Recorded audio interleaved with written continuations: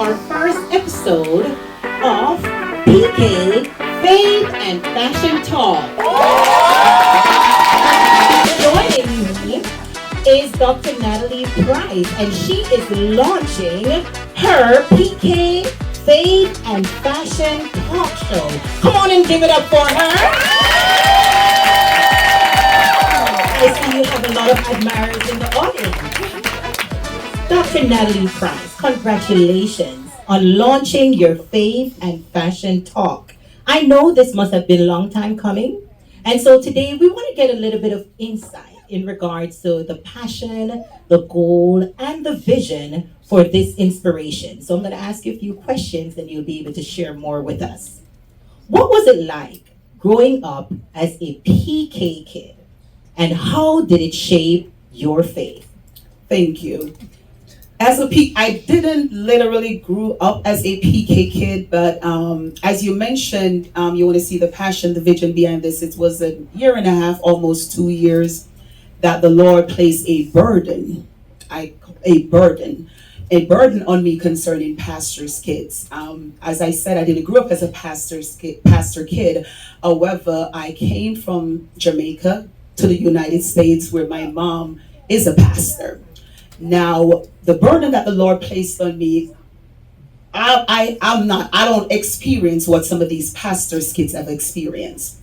So the fact of the matter, when he placed that burden upon me, I'm like, I'm trying to see like why, it's so hard for them being a pastor's kids and be able to still hold the faith and serve God, naturally without being forced or someone telling them, okay, you got to do this, you got to do that. So I leave Jamaica, came to the United States, seeing my mom serving the Lord. She's a pastor.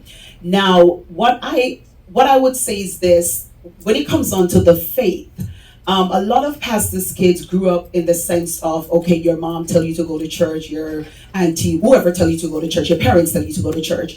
Well, I saw my mom living the life. I saw her live this Christian, she hold up to this Christian journey. However, I strongly believe that it has to be the individual that says to themselves, I want a relationship with the Father. So see my mom, serving the Lord and her being a great example. I didn't just see what she's doing and try to do it because she told me to.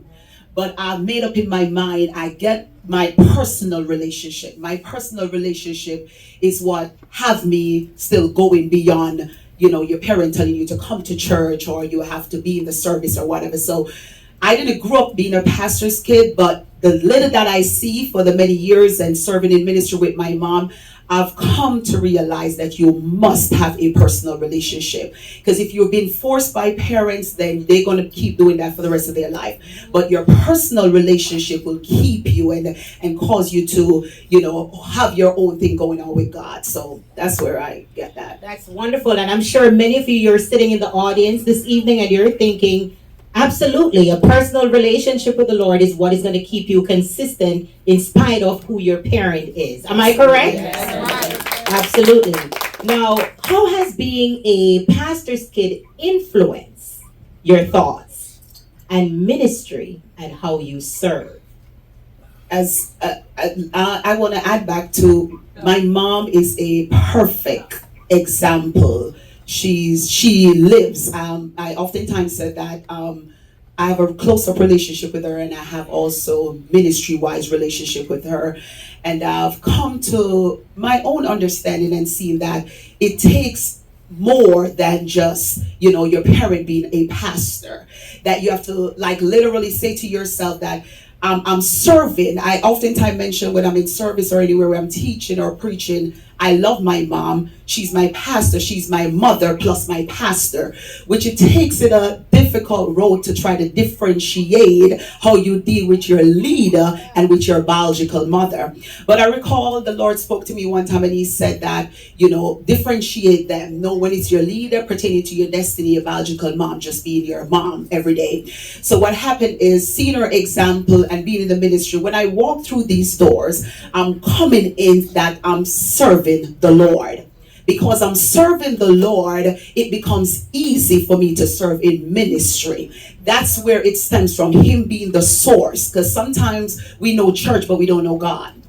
And the fact of the matter is that a lot of people will do because they're familiar with church. But when you know God, you don't just show up because you want to show up. You're showing up because he is God. You want to reverence him. You want to fear him. You want to make sure you give him your all. So I tell people all the time that I don't even, I love my mom. I see her, but when I'm coming through the door, it has nothing to do with her. I'm coming. And I believe that when you have a personal relationship with God and you serve him, it becomes easy to honor leadership.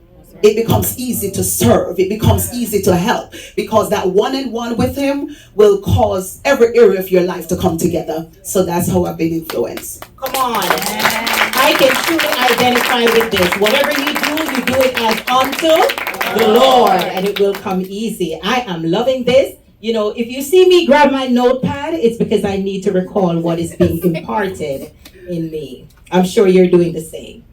Do you feel called to ministry yourself?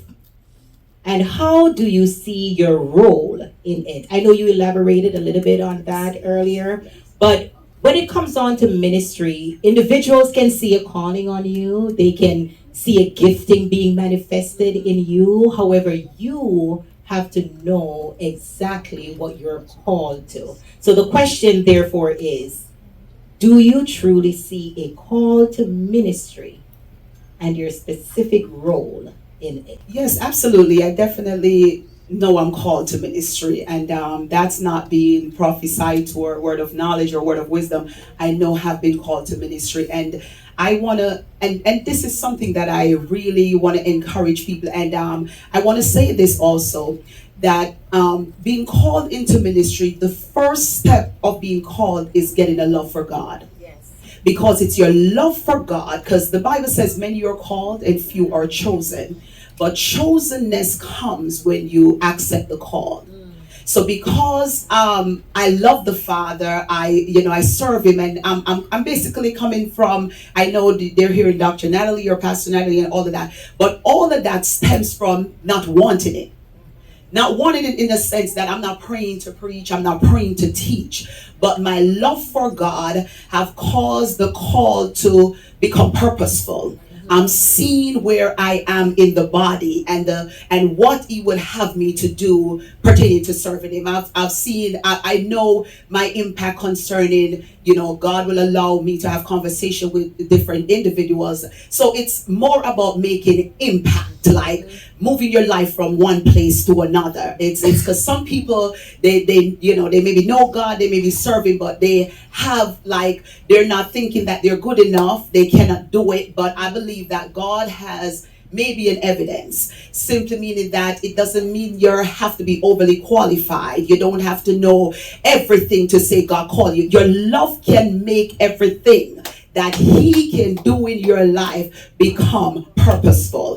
That simply means that it stems from your love for him. I oftentimes testify and said how I got here, and I know I have I haven't started the journey yet, and I oftentimes said that I got here, I do not know. But one thing I know, I love God. And your love for God can place you in the body. And when you love him, your service to him doesn't based upon what he do for you, but your service for him is based upon your love for him. I'm moving the chairs because I love him. I'm lifting the broom because I love him. I'm encouraging my sister because I love him. I'm not trying for him to give me a name, because a lot of people don't understand that your name is definitely different from your title. We have good titles but not good name. And the Bible says, yes, Bible says, a good name is better than precious, ointment. So what it's saying is that my place in him and what I see, I definitely know that I'm called to ministry. I definitely know, but knowing that you're called is one. But there's something that you got to do behind being called. And this is where a lot of people being called, but they don't put themselves in the place for their purpose to fulfill. Because they've been called and they just say the word, I've been called. And after that, there's no more word. No, what is it that he's asking from you? What's the sacrifice? What's the requirement? What is he saying? Don't do that anymore in order for him to take you to a different place. So I know there's a place in ministry. I know I've been called, and when it comes on to serving him, it's not a question. When I love somebody, it becomes easy to serve them. So beautiful, so beautiful. You mentioned God qualifying you, and one doesn't have to feel qualified prior to doing ministry. Yes. And I have heard before that he will qualify the call. Yes. But then there are a lot of people waiting to be qualified first, and then they're looking for the call. So that was very encouraging to hear that no matter where you are in life right now, don't be hesitant to step out and do something for God as a result of your love for him. Because as you step out, he will qualify you. He will equip you. He will empower you. He will position you. He will anoint you, and he will absolutely use you. And no matter what it is, you make mention from the broom, to the room, to the stage, wherever you are, not only in the building, outside the building, because wherever you are, you're doing it as unto the Lord.